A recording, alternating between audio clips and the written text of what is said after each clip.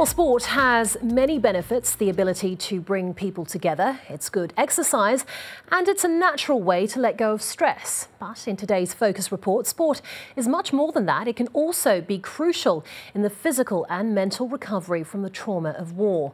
In the northern Syrian city of Idlib, where many civilians have fled amid the ongoing bloodshed, one physical therapist and his team of volunteers is using football to treat those with injuries, putting his faith in the healing powers of the beautiful game. Claire Rush explains. This football pitch in northern Syria isn't hosting any ordinary match. I used to be an electrician. I had two hands. I worked on construction sites. Here, the point of the game isn't to score goals. It's to learn, or rather relearn, how to move one's body and control it once again.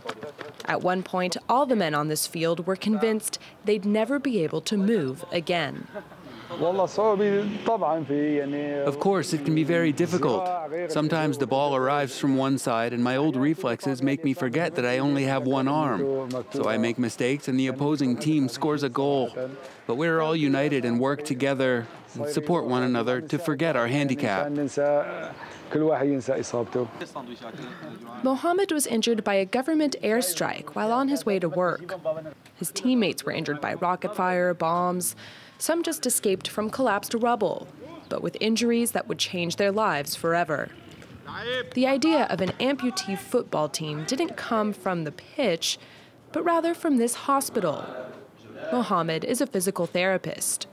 Since the war, he's treated the wounded by helping them relearn motor skills. I have become hardened after everything that I've seen. In Idlib, there are barely any doctors. Most of them have left. Healthcare is free here. Mohammed's team is made up of volunteers, and his equipment consists of just the bare necessities. The physical therapist says his patients have been forgotten. So he's asked for private donations from Idlib residents, for money to buy crutches, shoes, and jerseys. For the last 8 months, at the end of the day, he trades in his scrubs for his sport uniform.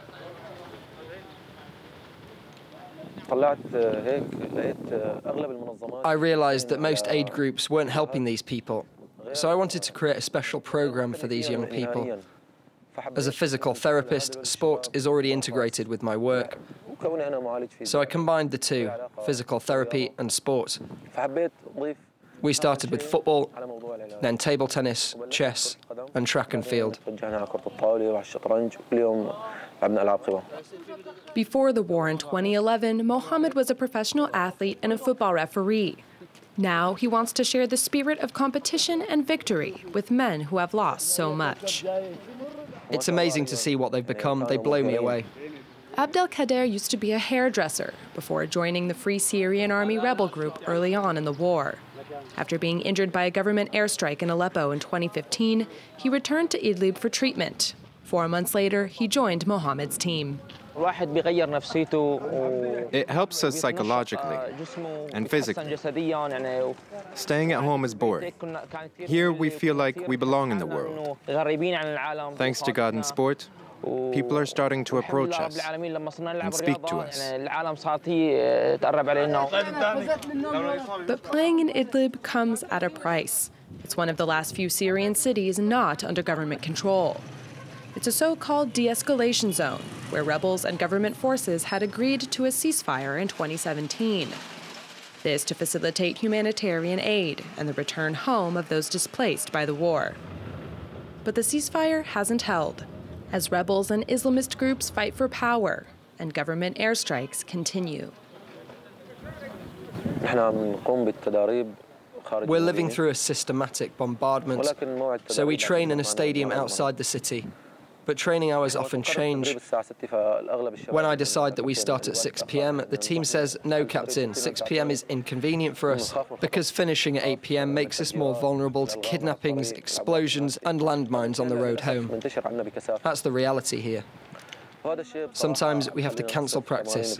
It's difficult, but we're able to train once a week in the stadium outside of Idlib.